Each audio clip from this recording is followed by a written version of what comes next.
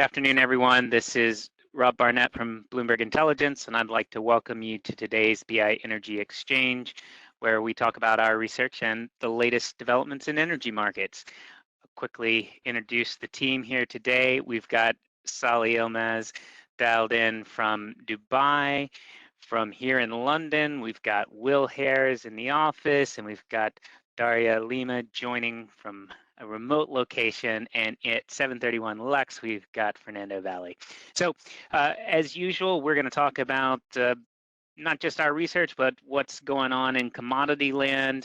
And one of the things I was looking at that is, I think, especially relevant in the context of the recently announced Saudi cuts is that if you look at OPEC production, late last year was around 30 million barrels per day. It looks like it's fallen to roughly 28 and a half. So in some sense, they've seen a lot of restraint from the OPEC member countries, and yet oil has been trending down over this time period. And so I really want to do a round robin here and sort of say, what gives, Salih, why has the OPEC efforts to rein in supply not been able to have much of an impact on the oil price? Sure, Rob. So I think a couple of things. One is, as we've been talking about for a while now, on the demand side, I think the demand growth in the first half of the year has been underwhelming compared to what a lot of the analysts have been expecting, including ourselves. And I think on the supply side, obviously there are a couple of members that have been exempted from these cuts, such as Iran, Venezuela, that have really been producing higher than the levels that we had predicted. And of course, there's Russia, something we talked about on this call before. I think a lot of the estimates for where the supply might be for the OPEC Plus group was that we will see some sort of disruption, some sort of reduction in the Russian output numbers that we haven't really seen yet. So all in all, I think this is the reason that the rest of OPEC Plus have been cutting quite a bit, but it hasn't really been able to move oil prices up much. But I think we should say that back in October and then again earlier this year, when they came up with a decision to bring these cuts, I mean, I should say that these were controversial decisions at the time, where a lot of people said they really are cutting into what is already a very tight market. But it's really turned out to be not so controversial, because I think perhaps they really can see into the demand picture much better than the rest of the street and we can. And it seems that it was actually the right decision to at least, I mean, not to prop up prices, but perhaps control the downside and perhaps put a floor to prices. So they haven't been able to prop prices up that much, but arguably they've been able to at least stop them from slumping even further. Okay, I want to bring Fernando on. Fernando, I feel like the narrative in the oil market late last year was we're not investing enough in new supply. Have those fears completely evaporated for now? What do you think's going on in the market today? I think that's still true on the long term. I think we've talked about how in the short term demand was going to be the biggest driver, and that's what global central banks wanted to be the case. And then even I think the biggest disappointment, as Salih was alluding to, was really the Chinese reopening did not come in as expected, at least on the demand side. On the supply side, I agree. The Russian disruptions were lesser than expected. When you go out and you look beyond 2024 even, the supply side does look constrained. We haven't really invested outside of U.S. shale for almost a decade at that point. From 2013 onwards, it seems like every incremental dollar capital was going into U.S. shale, and then a small amount into Guyana and Brazil or Kazakhstan, but again, not significant amounts relative to the overall spending. And now the growth in U.S. shale really seems to have peaked. At least the rate of growth has peaked, and we may see a slight grind up, but we are seeing cracks in the Bakken, seeing cracks in the Eagle Ford, And more importantly, we're seeing a degradation on the growth in the Permian. So those expectations that people had before COVID that we would get to 18, 19 million barrels a day, those are long gone. And we'll have to figure out a way of adding those 4 million barrels a day of supply from other sources. I think if you look at Brazil, the pre-salt has potential, but there seems like there could be more delays than an acceleration there with the new Petrobras management targeting offshore wind and targeting refineries over growing upstream. We're seeing other regions like Colombia and Mexico that are actively investing in reducing their oil production, and so that could even add to the supply gap that we're talking about beyond 2024. But you know, it's a very large industry. There is some opacity to it, and one of the other components is inventories. And you know, part of the reason that the demand hasn't been there has also been a destocking in large inventories like in China. So that creates this doldrum now, but we think beyond 2024, that's when we'll start to see that supply gap really playing into the oil price. Will, I want to get your contribution on the oil macro story as well. How do you read it? Are you sharing some of the same concerns, or do you have a different view? Yes, I think we're going to see you know, some supply coming on from Guyana, from Brazil, like Fernando mentioned. Norway's also adding as well. So I think this has contributed, at least in, you know, the near term, to sort of easing concerns over constrained supply, and then obviously that sets against the backdrop of what is you know, materializing as a pretty disappointing economic recovery from China. So I agree with Fernando longer term, but I think in the short term, this largely explains why we've seen you know, crude trading pretty weak over the last several months, despite OPEC's best efforts to constrain their output. Okay, well, very good launching point for the conversation. I want to switch gears a little bit and talk on more of a gas-focused topic, primarily because we're blessed to be joined by Darja this week, a member of the team, and we're going to have her on these calls more often. And she's put out a really interesting focus idea on Canacol. And if you don't know what a focus idea in BI parlance, that just simply means that these are our highest conviction out of consensus ideas. So we're looking at the fundamentals for the company, and we're sort of saying, you know, where might consensus be wrong? So Darja, very interesting thesis. Why don't you tell us about what's going on with that company and bring it home for everyone listening? Absolutely.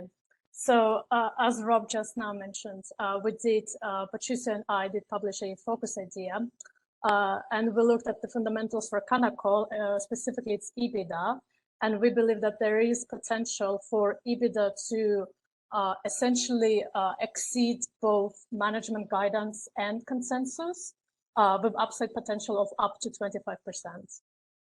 And all of that is based on the upcoming weather event of El Nino.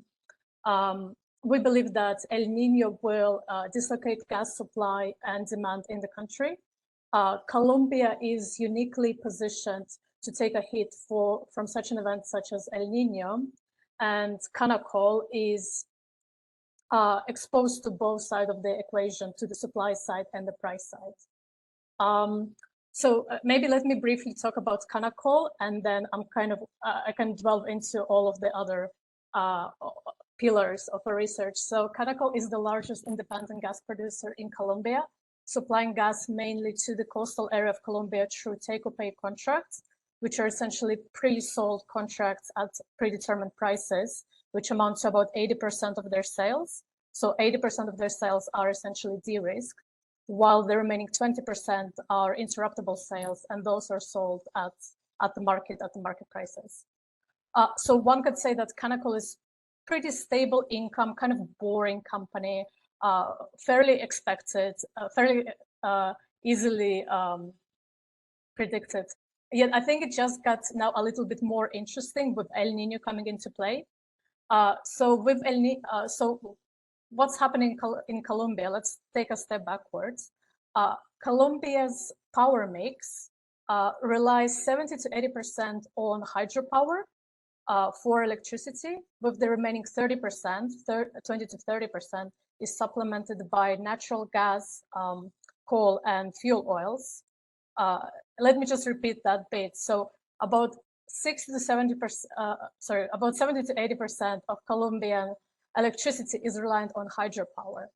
Now, with El Nino coming into play, El Nino being the most important weather-producing phenomena in the world, its effect, simply put, on Latin American nations would be that the naturally wet regions, such as Colombia and Brazil and Amazon, will become more dry and will plunge into months-long droughts.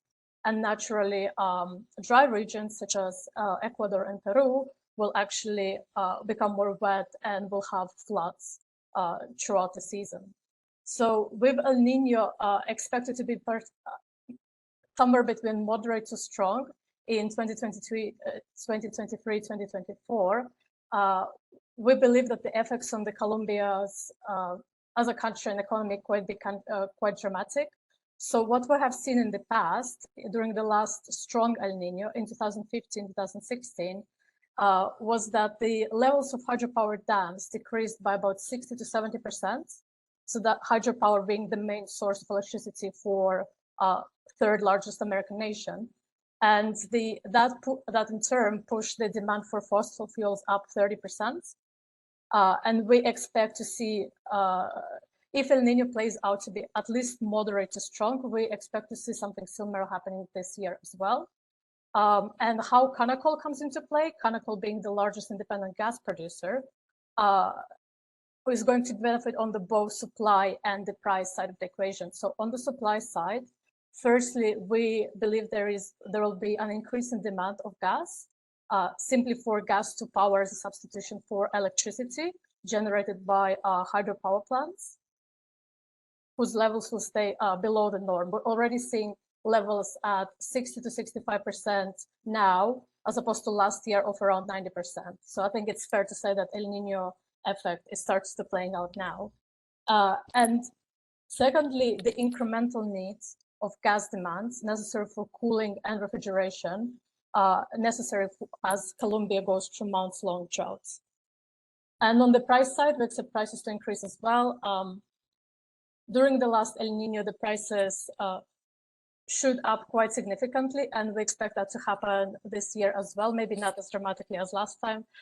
Yet again, with Canacol's interruptible sales comprising 20%, they could definitely benefit from that uptake.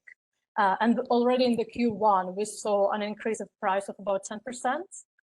So I think it's safe to say that our focus is partially already coming to play. Yeah, and I will cut it here. Very fascinating, very interesting thesis on how you could think about weather playing into the industry. I quite enjoyed this one. For anyone who's not familiar, can you give us a little bit just more? Because I doubt Canacol is not exactly a household name. Do they only supply the domestic market there in Colombia, or do they export?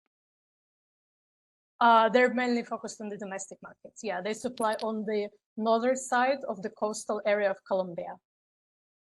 Yeah, very interesting. And they're, remind me, they're Canada listed, is that correct? Yes, Canada listed company. Yeah, very similar to its peer group. So also under my coverage are Parex, Frontera, Gran Tierra, and Geopark. All of them either dual listed in US and Canada or listed solely in Canada. Yeah. And do any of the others also have exposure to increased gas utilization because of a downtick in hydro?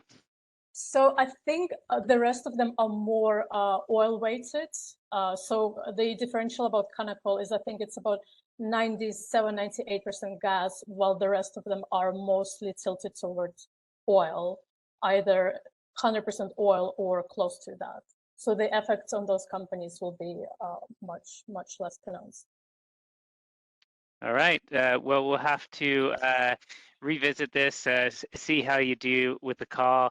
If you're listening and you haven't run BI Focus on your terminal, you can go there. You can see all of these types of ideas that that hopefully really differentiate kind of where we might be on a particular market or commodity or company versus where the street is at. So Salih, speaking of more company-specific things, we've got a bit of news out on OMV this morning. You put out a React. Reacts are rapid response to sort of market-breaking information. And so, Salih, tell us what's going on and what your initial thoughts on the news are. Sure. I think this was a pretty interesting development. It's still at a rumor stage, and this was actually reported by Bloomberg News. It was a scoop by Bloomberg News. And the rumor is that Borealis and Borouge may actually be in discussion to merge. And just a little bit of a background, Borealis is the Austrian chemicals company. It is 75% owned by OMV, which is one of the mid-size integrated that we cover, and 25% owned by ADNOC, the national oil company of the United Arab Emirates. And Borouge is essentially a partnership between ADNOC and Borealis, but it is a listed company. It has about 10% in free float. And I think the idea here is to bring these companies together to essentially create this chemicals and plastics giant that has bigger scale, that would be better positioned to compete with bigger companies especially in the Middle Eastern region, like SABIC, like Industries Qatar. So this was actually pretty well received, much better than I thought it would be by the market. OMV is a listed company. Borealis isn't, but OMV is. And it was actually up 8% yesterday. And I think one of the main drivers is that this really could bring synergies for both companies, which is good for OMV. But I suspect that it is also seen as a simplification of the structure for the chemicals company. We know OMV's new strategy is very much to shift its focus away from fossil fuels into chemicals. But then the way everything is structured with Borealis and Borouge is a little bit confusing. So I think simplifying that is seen as a very positive development for the company. And for Borouge, it was also up 9%. I think perhaps the investors in the region and investors in this chemicals company is also seeing potential synergies in this combination. So again, this is at rumor stage. We will be following this very closely, and the news do suggest that the companies and the governments involved are actually looking at this now, and something more official may be coming in the next couple of weeks. So quite interesting, I think, and we will be watching it very closely. I want to ask just a follow-up on Borealis. So one of the things I've enjoyed chatting with over the last 12, 18 months with one of our chemicals analysts, Jason Miner. We should get him on this so we can interrogate him. But there's been this idea that particularly in Europe, because of the run-up in gas prices, that all the chemical players were going to decamp, move to other regions, that they simply were not competitive with the kind of gas volatility we saw here in Europe. How has that affected Borealis, and is this part of a strategy about getting access to lower input costs from the Middle East or something like that? certainly. I mean, they really were one of the companies, one of the chemicals companies struggling alongside companies like BASF over in Germany. They are doing a lot better now in terms of their cost, given how much natural gas prices have come down. And I think their utilization rates are once again ticking upwards. But I think you're right. I mean, this may be one of the reasons that they are looking beyond the domestic market. I mean, in terms of their sales, it is a very global company anyway, and they already were working closely with Borouge anyway.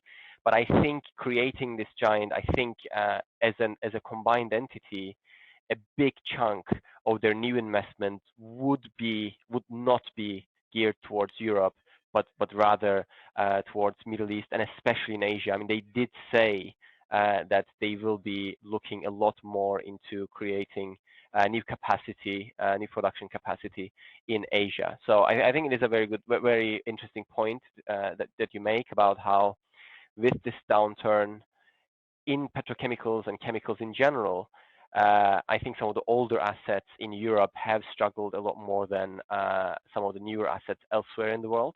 And this natural gas crisis last year just added to those headwinds. But once again, I think they're doing a lot better right now than they were at the peak of the crisis last year. But they definitely are feeling this downturn a lot more than some of the other regions. Very interesting. Fernando, I want to come to you and noodle on this idea a little bit.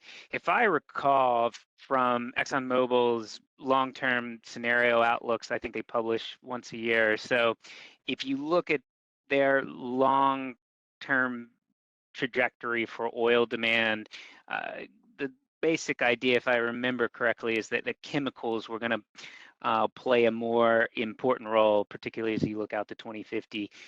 Do you see that as sort of being a big part of the future narrative for a company like Exxon?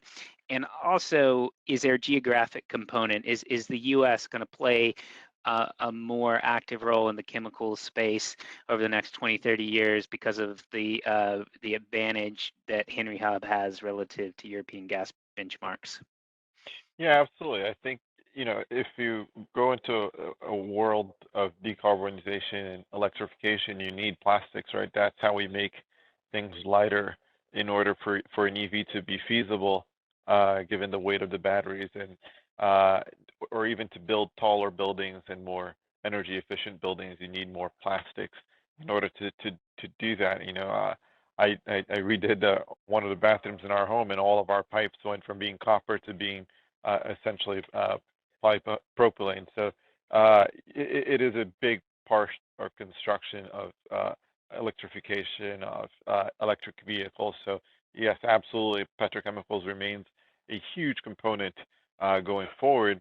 And as far as the U.S., I think one of the main industries where China didn't just completely overtake, if you look on the conversion side, if you look, for example, at even plastics conversion or steel refining, a lot of those saw a huge shift towards China because of the cost advantage and subsidies that were given in the country.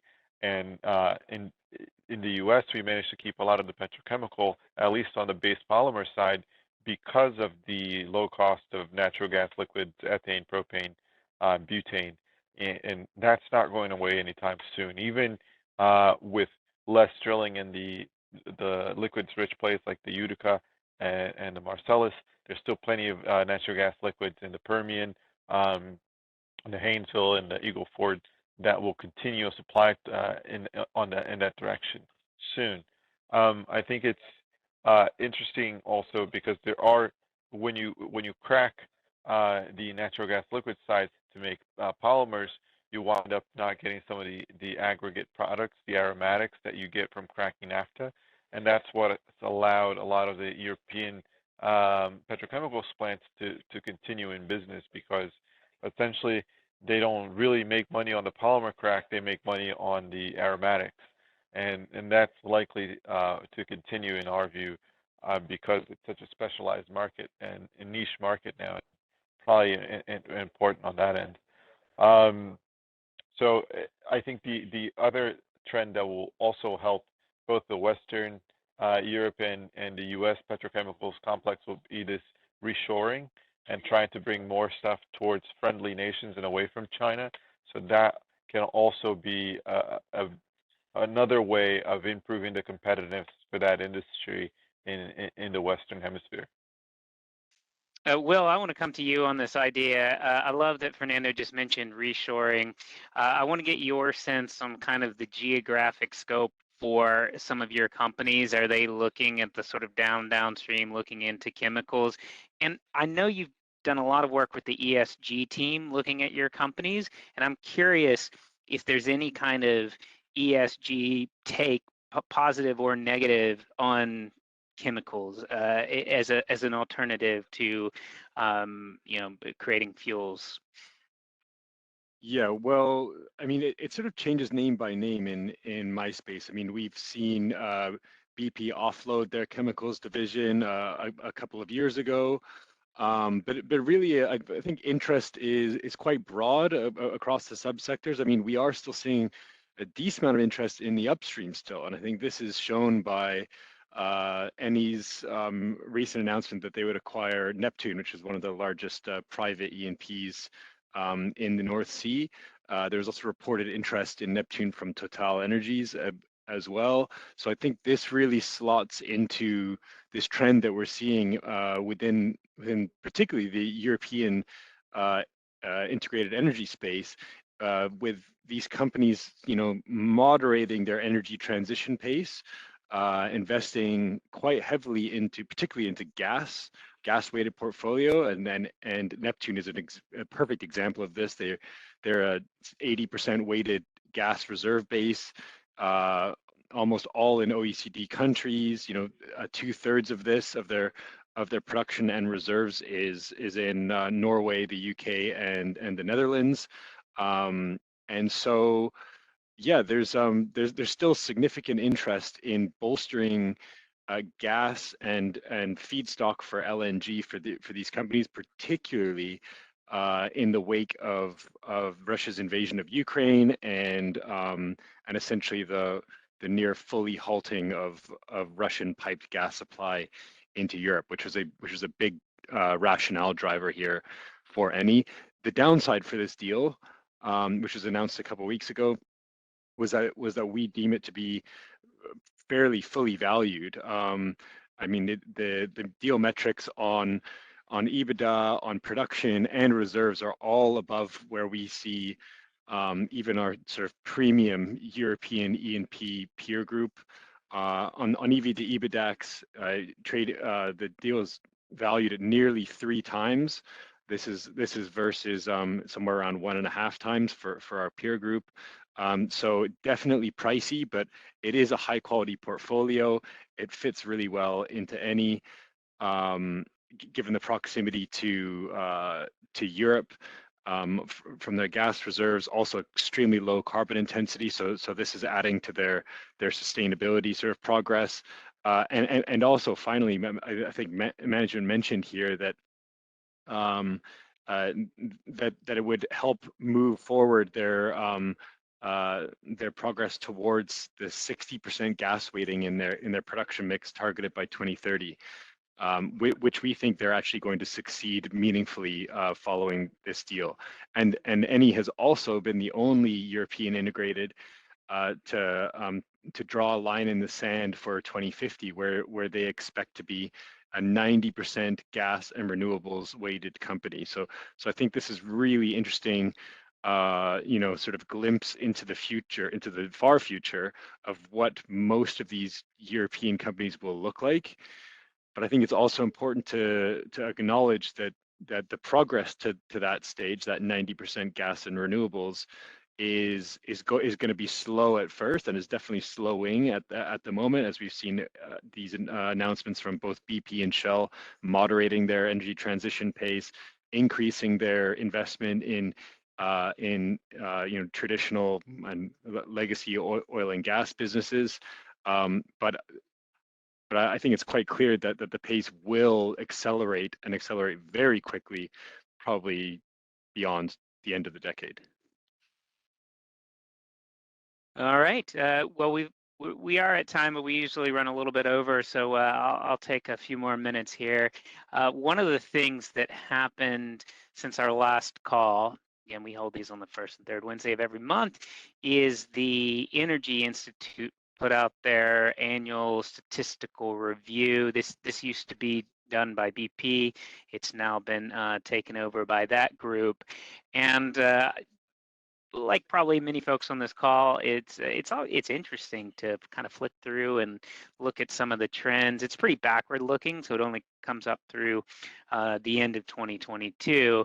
But I'd love to sort of get some high level just thoughts on some of the big trends from the group, and I'll start with just two observations. One is I got to really looking at the disconnect between what's going on in US and Europe. And so if you haven't seen this, it's stunning, but US GDP has just been sort of continuing up, and for a decade plus, Europe has been going sideways. And you see this like reflected in all sorts of things, but it's just fascinating how much more energy per capita is consumed in the US versus Europe.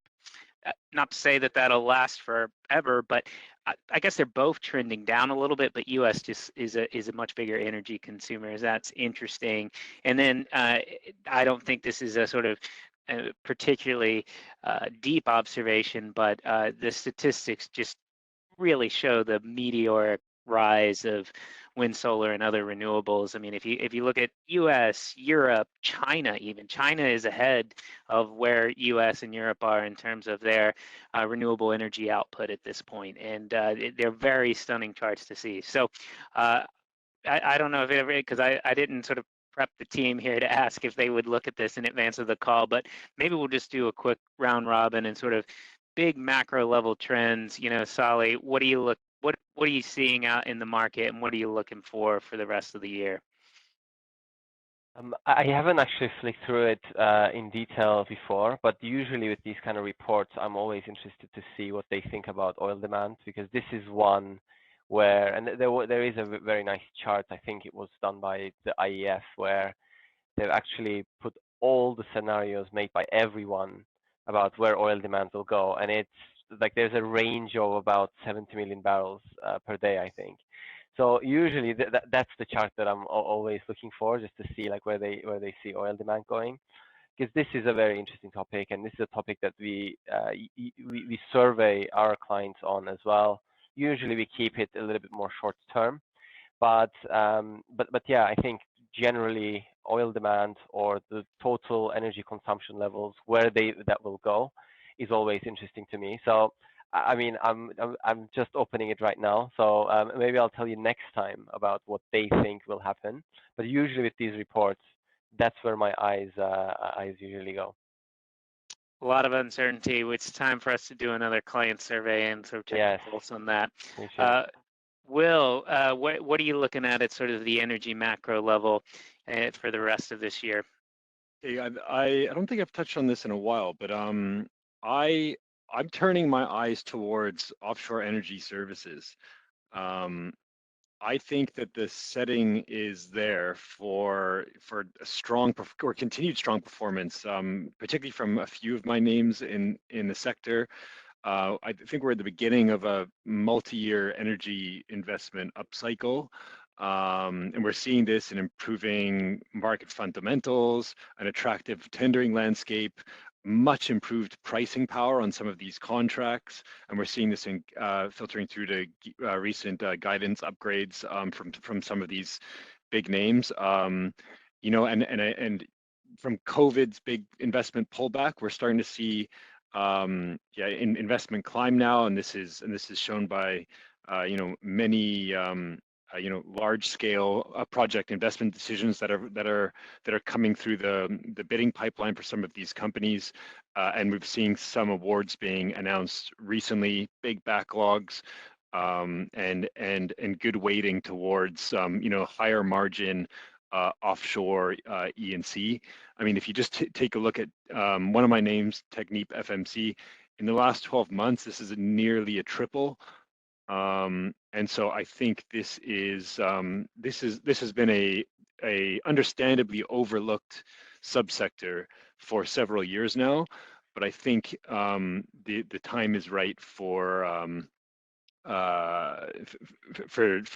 some eyes to start looking at the upside here. That just given where spending is going, where costs have gone down, and a lot more activity going on the project side.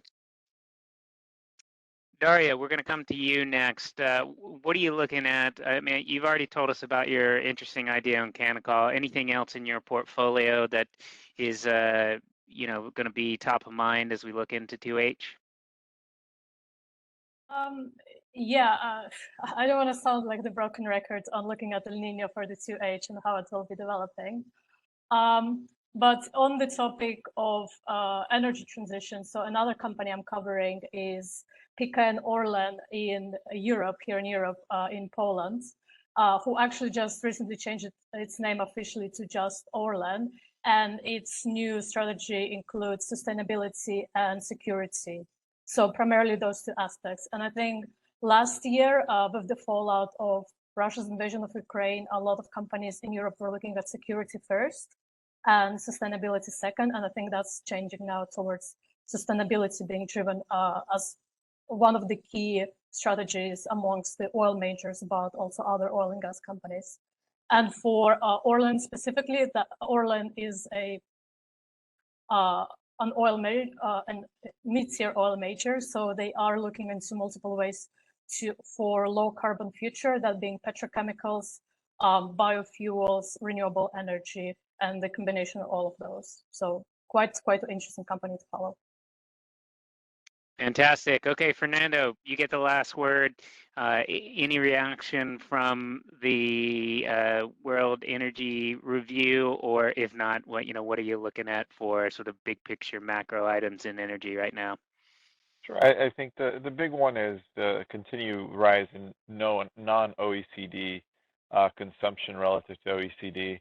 It's over 50% of demand now comes from developing nations as opposed to developed nations, which have been stagnant, as you mentioned, kind of slightly down, depending on the location. And so, that's one of the key themes that we've talked about for a while, is that development comes with higher primary energy consumption. And this has been one of the primary reports that we've used to demonstrate that. And it's just a reminder that there are 5+ billion people in the developing markets, and they consume a fraction of what we consume in the US or what we consume in Europe. And the average sub-Saharan African consumes less than a US refrigerator in primary energy. So there's a lot of room to grow, and that's why there's such a discrepancy, as Salih mentioned, in prognosis for oil demand. I think the ones that really undershoot either overestimate the ability to add primary energy supply, or underestimate that these folks are also going to consume a lot more energy in order to improve their standard of living. So that development, that energy affordability piece, it's something that we'll continue to keep an eye on, and it's one of the main takeaways we take from the statistical review. I love it. I hope everyone gets some more energy. Let's see.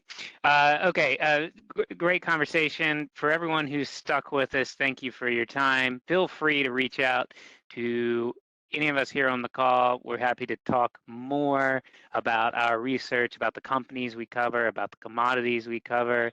And as a reminder, we'll do this again 2 weeks from today, and we hope you join us then on July 19th. So take care, everyone, and look forward to being in touch.